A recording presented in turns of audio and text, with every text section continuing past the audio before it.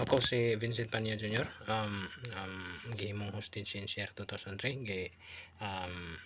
ulipon og taas tuig gitamay-tamay gijagan bugal-bugalan hantod nga gipasanginlan gi kanana ang gipakaulawan og pasangil imutang-utangan nga hantod nga ako nagadepensa sa akong kaugalingon o self defense, protection, pinaagi sa ako ang mga reklamo, mga papili nga reklamo nako og mga statement niya akong proteksyon sa ako ang pagkatao o kinabuhi batok sa mga tao o sa gobyerno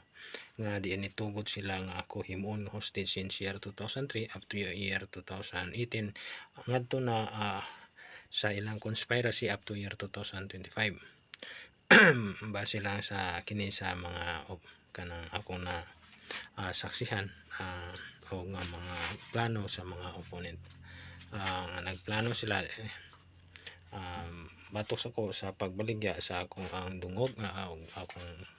naong diha sa publiko,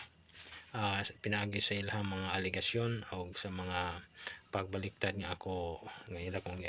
akusahan nga namasangil o nipakaulaw sa kanila. Nga kana tanan ako ang gireklamo ang ilahang panggobyerno nga kung naa ilahan ng gihimo batok sa kuha nga mga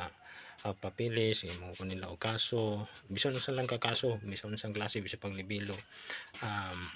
counted na kana sa ako ang reklamo nga sila ni pa-hostage nako since year 2003 ni paulipon ni tinunto ni plano pagpapatay, ni guba sa akong kaugmaon. Apil na ni sila tanan nga mga opisyalis o mga abogado, mga katawhan. Since year 2003 up to year 2025 mga kong reklamo o sa umaabot pang mga katuigan batok sa gobyerno, mga naglingkod sa gobyerno sa Region 7,